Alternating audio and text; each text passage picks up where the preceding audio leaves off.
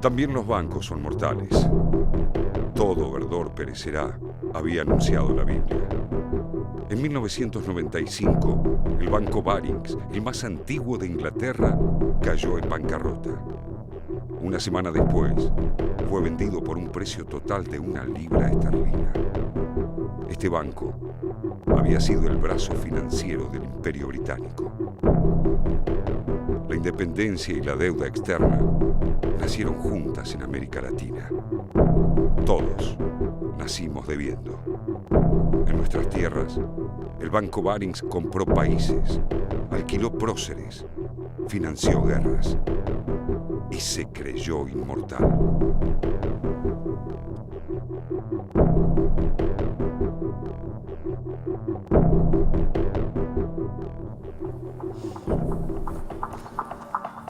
Muy buenas noches, gracias por acompañarnos en este programa especial de la televisión pública que durante un poquito menos de 2 horas vamos a tratar de compartir con ustedes y desentrañar el tema de la deuda. Aquí aparecen algunas de las palabras que seguramente ustedes han leído en los últimos años, algunas hace poco menos. Tiene que ver con los bonos, con los lobbies, Griesa, Singer, buitres, dólar, juicio. Bueno, todos ellos también van a ser tema de discusión durante esta noche en este programa especial que tiene un hashtag para que ustedes se comuniquen con nosotros a través de las redes sociales, aquí en la televisión pública. El hashtag es Historia de la deuda extorsiva, a través de Twitter, a través de Facebook, Historia de una extorsión, ese es el hashtag. Y compartimos este programa con 2 especialistas, 2 periodistas económicos, con Alfredo Zayat, con Raúl de la Torre. ¿Qué tal? Buenas noches a los dos. Hola. Buenas noches, ¿cómo andas, Ciudad? Alfredo, comenzamos por el principio. Sí. El título del programa, Deuda, Historia de una extorsión. Deuda y extorsión relacionadas, ¿por qué? Porque están íntimamente vinculados el tema de la extorsión, porque habla de la historia de cómo la deuda ha condicionado el desarrollo de la Argentina, a partir de características que se ven a lo largo de toda la historia del endeudamiento argentino, sobre tasa de interés, utilización de la deuda para la especulación financiera y la fuga de capitales, la corrupción, la utilización indebida de los fondos para que en última instancia termine la economía argentina condicionada ¿a quién? A los acreedores y al Fondo Monetario Internacional. Alfredo, Raúl, pero también tenemos entrevistas, economistas, investigadores de todo un poco. A ver, adelantemos algo. Economistas que opinan sobre esta situación de la Argentina, la ponen en contexto internacional. También tuvimos la oportunidad de charlar estas semanas con el ministro de Economía, Axel Kicillof, en una extensa entrevista donde habla de todo, de este ataque especulativo contra Argentina, de la campaña de desprestigio. Habló también de lo que fue la denuncia de la Presidenta de la Nación sobre un plan de 5 puntos de los fondos buitres para atacar a la Argentina. Todo esto, la corrida cambiaria, una nueva corrida cambiaria, recordó el ministro que no es la primera, sino que es la 10ª, esta que está sufriendo, y por qué confía en que esta, como las 9 anteriores, van a poder superarse sin un costo político y social, sobre todo para los argentinos. Gracias, Raúl. Pero el ataque especulativo de los fondos buitres quedó en evidencia con el litigio que enfrentan en nuestro país. ¿Quiénes son los buitres? ¿Quién los financia? ¿A quién persiguen? En este informe.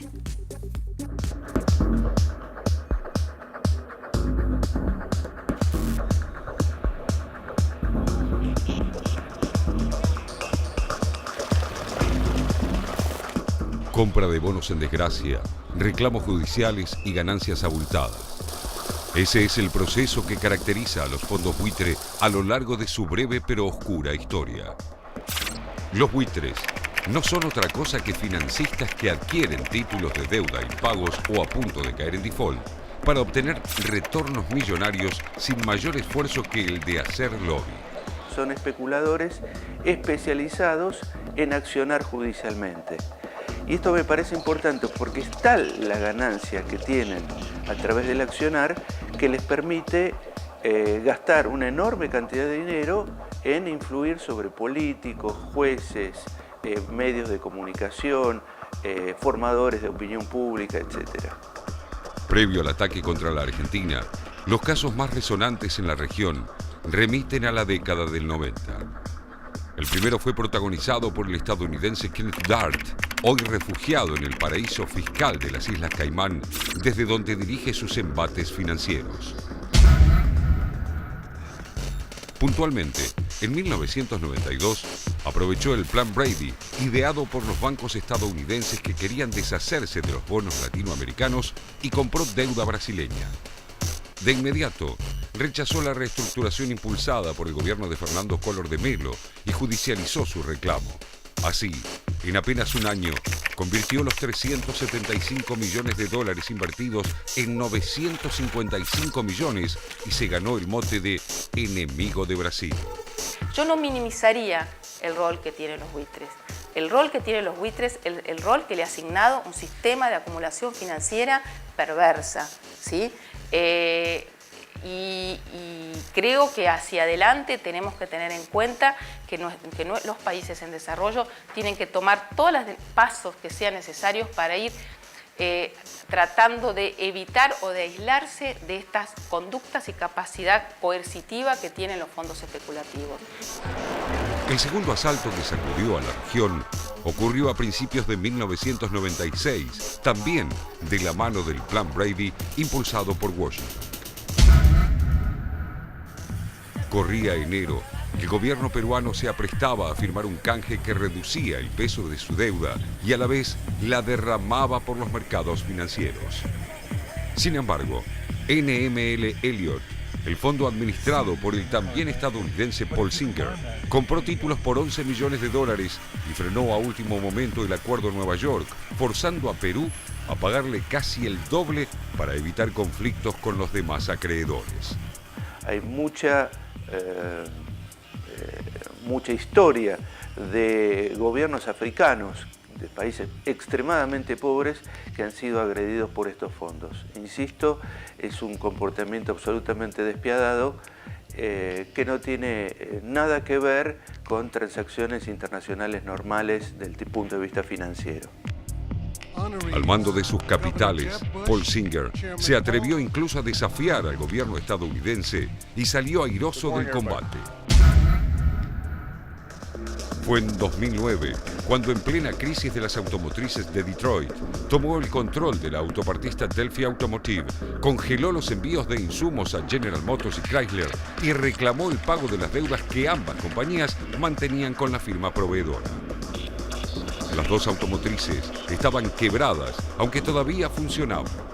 En consecuencia, Singer dirigió sus demandas al Tesoro de Estados Unidos bajo la amenaza de forzar el cierre de las fábricas por falta de insumos y el despido de miles de trabajadores.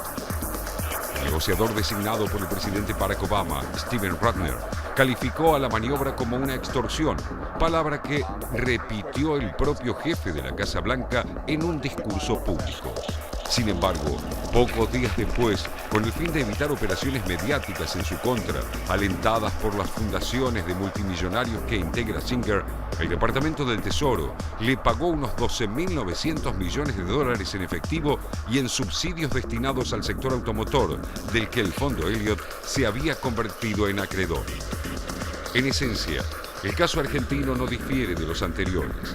La estrategia especulativa de los buitres es similar y su poder de lobby penetra sin mayores obstáculos en la justicia y en la clase política estadounidenses, donde buscan el apoyo de líderes republicanos como el ex candidato a presidente Mitt Romney, de quien Paul Singer fue aportante y asesor durante la última campaña. Creo que la Argentina es un mal precedente para, desde la mirada de, obviamente, de los fondos buitre, desde la mirada de los fondos buitre que hasta el momento han ganado prácticamente todos los juicios y han logrado torcer el brazo a gobiernos soberanos y cobrar lo que reclamaban. Realmente están hace 10 años sin cobrar en la Argentina. Queremos convivir integrado un mundo, pero también es hora que ese mundo le ponga freno a los fondos buitres y a los bancos insaciables que quieren seguir lucrando con una Argentina que está quebrada y doliente y que necesita la mano solidaria del mundo para volver a resurgir. Is all Argentina has to do, in effect, is say, okay, we're going to pay these holdouts what they're asking for, and all of this goes away. Uno advierte realmente que está ante una verdadera campaña que está llevada a cabo por los fondos buitres, que son los mismos que embargaron ilegalmente contra toda convención y derecho internacional la fragata Libertad. La decisión del gobierno nacional de no ceder ante las demandas buitres llevó la situación a un límite insospechado por estos fondos acostumbrados a ganar en los tribunales y facturar en los bancos.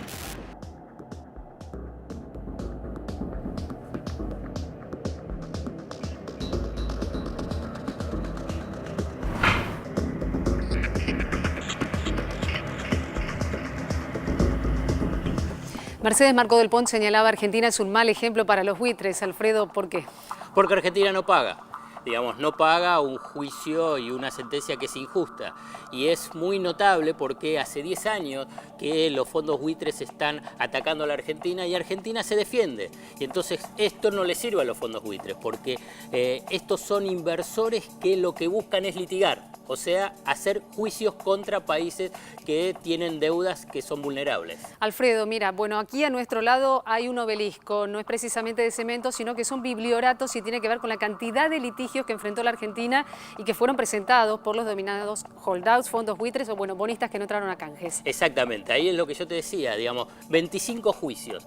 Vos sabés que de estos 25 juicios que durante estos 10 años la Argentina sufrió, Argentina ganó 24.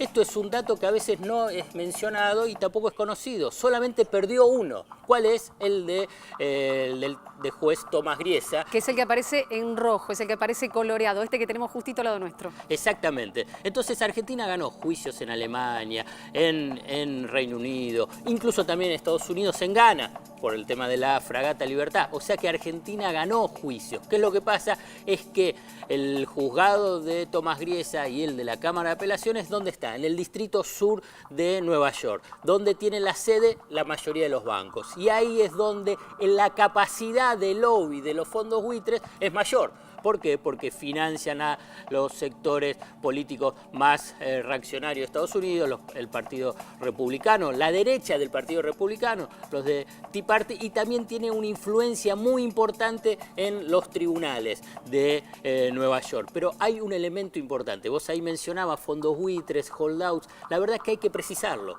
Son fondos buitres. Los holdouts son los que no ingresaron al canje. Dice, bueno, un país entró en default, estos bonos, pero no litigan. En cambio, los fondos buitres son fondos dedicados especialmente a iniciar juicios. Estos fondos compraron la deuda después de que Argentina ingresó al default. ¿Por qué? Con un objetivo especial: ir a un litigio, ir a un juicio, no al esperar la reestructuración de deuda, entrar en el canje, o sea, lo que se denominan soluciones de mercado, sino que entraron directamente a un juicio. Por eso los cimientos de este obelisco al que hacíamos referencia y también las opiniones de un economista y de un investigador. El tema: accionar de los fondos buitres.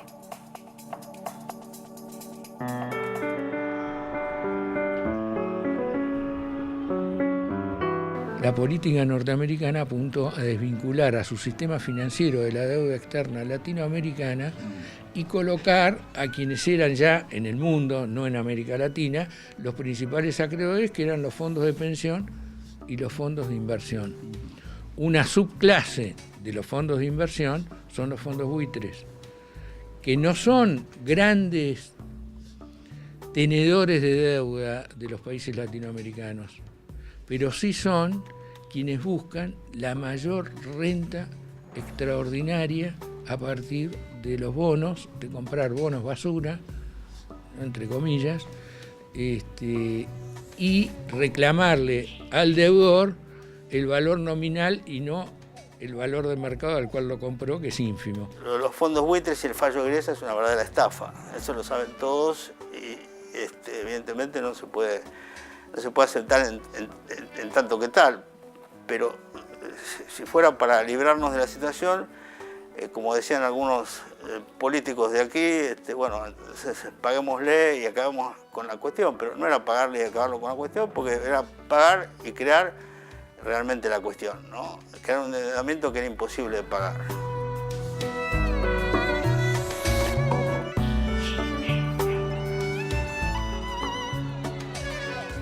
Y nos vamos ahora a los Estados Unidos, 24 minutos en la Argentina. En Nueva York ha sido seguramente un día muy ajetreado, teniendo en cuenta que el próximo miércoles, además, estará allí la presidenta Cristina Fernández participando de la Asamblea Anual de Naciones Unidas. Pero decíamos, tarde para nosotros, más tarde para Estados Unidos. Fernando Alonso, ¿qué tal? ¿Cómo está todo? Muy buenas noches.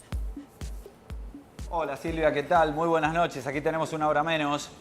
Saludamos y al lado mío lo tenemos en imagen y no vamos a perder tiempo para presentarlo. Es un gusto que esté el embajador Sasha Llorenti, presidente del G77, uno de los hombres que no solamente dice, sino que se compromete con su discurso y ha impulsado, entre otras cosas, lo que fue esta votación en Naciones Unidas hace algunos días atrás, con un amplio apoyo a la necesidad de tener, embajador, una ley de quiebras internacional. Saludo también a Raúl de la Torre, saludo también a Zayad, que están allí trabajando con este programa especial que de alguna manera va a plantear lo que es renegociación de la deuda a partir de la República Argentina, pero también ahora a partir de lo que puede pasar con el planteo de la República Argentina hacia el mundo. Embajador, ¿qué tal? Buenas noches y gracias. Muy buenas noches. Un saludo a toda la querida y hermana República Argentina. Aprovecho para saludar a mis compatriotas allá en la Argentina. El tema que nos ha unido y que ha producido una resolución de la Asamblea General es un asunto que marca un antes y un después en el debate internacional, pero no solamente eso, sino en los procesos de discusión del sistema financiero internacional y en particular de la reestructuración de la deuda soberana. Es histórico porque los países desarrollados, y ustedes tienen la lista de quienes votaron en contra, nos decían que la Asamblea General, que es el espacio más democrático de Naciones Unidas, del mundo multilateral, donde cada país tiene un voto y cada voto vale lo mismo. Claro. Nos decían que ese no era el espacio para tratar este tema. Nos decían que había que tratarlo en el Fondo Monetario Internacional o en el Club de París, donde ellos controlan las decisiones. Nosotros tomamos la decisión, gracias al liderazgo argentino, en la hermandad que hemos construido con la embajadora aquí, Marita Perceval,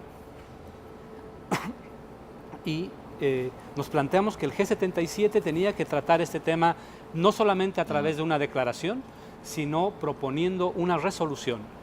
Y hemos encontrado una conciencia colectiva en el seno de los países en desarrollo que nos ha permitido aprobar esta resolución, que no es una resolución declarativa, sino que es una resolución que marca plazos y un procedimiento para que el mundo construya un mecanismo internacional de reestructuración de la deuda soberana. Y lo decían muchos embajadores del G77, que reúne a 133 países. Decían, este no es un tema solamente financiero, es un tema que tiene que ver con el desarrollo económico, con el desarrollo sostenible, con los derechos humanos, claro, y que tiene que ver con el bienestar de nuestros ciudadanos. Por eso la importancia no solamente de la resolución, sino de la perseverancia y de la actitud argentina, que ha permitido que el resto de los países abran los ojos ante una realidad que les puede tocar a cualquiera de los países, claro, no solamente en desarrollo, sino también desarrollados. Qué tema muy complicado realmente, pero qué interesante en el planteo. Pero vamos a ir ya directamente a Alfredo Zayad, Raúl de la Torre, Silvia Fernández, el embajador los está escuchando. Fernando, Raúl de la Torre te saluda, embajador, mucho gusto. Quería preguntarle, usted hizo referencia a quienes votaron en contra de esta propuesta y están fundamentalmente Estados Unidos, Gran Bretaña, Alemania, Japón, es decir, los grandes centros financieros del norte. ¿Cómo interpreta este voto en contra y qué es lo que se espera? ¿Algún tipo de resistencia de tratar de bloquear la posibilidad de que esto se discuta en Naciones Unidas? Mire, 124 países han manifestado su decisión clara de que es imprescindible que el mundo construya un sistema internacional de regulación de la reestructuración de la deuda, así como hemos construido un sistema de protección internacional de los derechos humanos, así como hemos construido un sistema internacional para el derecho humanitario. Es importante construir este sistema porque tiene que ver directamente con los derechos humanos. La negativa de estos países se da fundamentalmente en primera instancia porque prefieren que este tema se trate donde ellos controlan las decisiones. Reitero, el Fondo Monetario Internacional o el Club de París. Nosotros hemos impulsado esto en este escenario y vamos a continuar trabajando. Lo hemos dicho varias veces, no vamos a parar hasta que este sistema sea construido. La resolución nos plantea plazos. Y estamos abiertos, por supuesto, a que no solamente estos 11 países, sino los otros que también se abstuvieron en el voto, puedan debatir en igualdad de condiciones con nosotros para trabajar y que este sea realmente un sistema vinculante internacional y que permita darle seguridad jurídica a los estados. No estamos hablando de una deuda cualquiera, estamos hablando de la deuda pública, de la deuda soberana, y por tanto es responsabilidad de la comunidad internacional construir este sistema. Embajador Alfredo Zayat lo saluda. La pregunta es, y le traslado la inquietud que es sectores de la oposición y críticos que tienen respecto a la estrategia que tiene la Argentina, y específicamente ahí en las Naciones Unidas, es ¿para qué le sirve a la Argentina esta resolución, esta convención para la reestructuración de la deuda? ¿Le sirve para el fallo que tiene en contra del juez Griesa? Tres cosas. La primera, que este es un hecho histórico. Y Argentina ha jugado un rol protagónico en la construcción de este paso en la historia del multilateralismo. Segundo, después de lo que vivió nuestro continente, me refiero a nuestra región, a Latinoamérica, con los desaparecidos, el Plan Cóndor, la violación sistemática de los derechos humanos, ¿hacía falta o no una convención sobre desaparición forzada? Por supuesto que sí, para evitar que esos crímenes se repitan en el futuro. En este caso, por supuesto que es útil para todos los países, no solamente los países en desarrollo, sino también para los países desarrollados. Y en el caso específicamente de Argentina, tenemos que esperar a ver la resolución de cómo se construye el mecanismo, de cómo avanza el proceso de reestructuración argentino. No podemos adelantarnos a concluir de que sí le va a servir o no le va a servir. Claro. Pero lo que es un hecho es que el aporte que hace el G77 y el aporte que hace la Argentina le sirve al mundo entero en un tema tan sensible como el de la deuda soberana. Embajador Sacha Llorenti, ¿es este manual o regulación que se ha justamente generado allí en Naciones Unidas también una posibilidad de destrabar algunas negociaciones de deuda con organismos de crédito internacionales? Bueno, esa es la idea, justamente porque es un escenario que algunos países por intereses económicos no quieren que se regule y es deber de la comunidad internacional regular estos escenarios porque no estamos hablando de simplemente de un intercambio monetario, de un contrato de deuda o de compra-venta cualquiera. Estamos hablando de los estados y estamos hablando consecuentemente del bienestar de los ciudadanos. Y no es posible en un mundo como el que queremos construir que un juez de un país cualquiera que sea tenga el poder para tomar una decisión que pueda desestabilizar la reestructuración de cualquier otro estado. Fernando Alonso, te dejamos en el cierre, pero además con una pregunta. ¿Cuál es la expectativa en función justamente de lo que ocurrirá el próximo miércoles, la presentación de la presidenta Cristina Fernández allí en la sede de Naciones Unidas? Bien, para cerrar brevemente, le hago una pregunta más. ¿Cómo se entiende, y me sumo a una pregunta que hacía Raúl de la Torre, que países que están de alguna manera siguiendo las recetas de los organismos de crédito, pero que no le va bien, como España y Grecia, no hayan votado a favor de la postura que impulsaba la Argentina y ustedes? Hay que destacar que tampoco votaron en contra. Se abstuvieron, es verdad. Entonces, esa abstención nos abre una posibilidad de conversar con ellos, porque este es un debate al que le interesa a todo el mundo, por supuesto, excepto a quienes ganan dinero de este mal negocio. Entonces, la idea es, por supuesto, a partir de ahora construir ese escenario en el que podamos acordar con estos países, porque ellos lo han vivido y lo viven en carne propia. Y no solo eso, sino que muchos países se han manifestado porque saben que corren el riesgo de que esa suerte también les llegue. Embajador, ha sido muy amable, muchas gracias.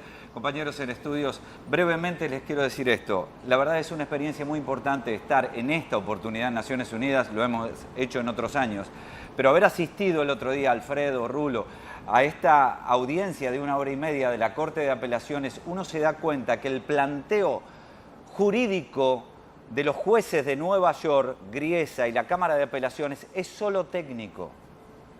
Ellos dicen, hay tenedores de bonos, ¿pueden reclamar el 100%? Aunque sean holdout, sí pueden hacerlo. Hay un juez que lo falló a favor, pueden hacerlo. Ahora, en ningún momento se plantean el perjuicio social, jamás se plantearon la cláusula Rufo, jamás se plantearon que el 92,4% había reestructurado la deuda. El planteo es solo técnico y desde ese punto de vista quizás los que hablan técnicamente del fallo de Griesa le pueden dar la razón. Pero atrás, como decía el embajador, como viene sosteniendo el grupo G77 más China, hay personas, hay pueblos y hay una cuestión social. Sí. Si me permite solamente un aporte. Sí. Yo creo que es importante que el pueblo argentino pueda entender de dónde viene el G77 en esta posición. Es el grupo de los países en desarrollo que tiene, por supuesto, una posición para salvaguardar sus intereses que son contradictorios en muchos casos a los de los países desarrollados. Pero en el tema estrictamente de Bolivia en la presidencia del G77 es por el compromiso que tenemos con la Argentina. El presidente Evo dijo una vez, cuando surgió este problema, cualquier cosa que sea contra el gobierno argentino o contra el pueblo argentino es contra el gobierno boliviano y es contra el pueblo boliviano. Y es por eso que esta conducta de la presidencia del G77. Gracias, muy amable. La presidenta llega en las próximas horas, compañeros, y se ha sumado una tarea más. La presidenta se va a reunir primero con el presidente de Naciones Unidas el lunes. Luego tendrá la reunión con la Internacional Sindical y a eso de las 19 horas Argentina empezará la reunión con George Soros. Y ahí estaremos cubriendo algo tan importante como es la Asamblea número 69 de Naciones Unidas. Ustedes.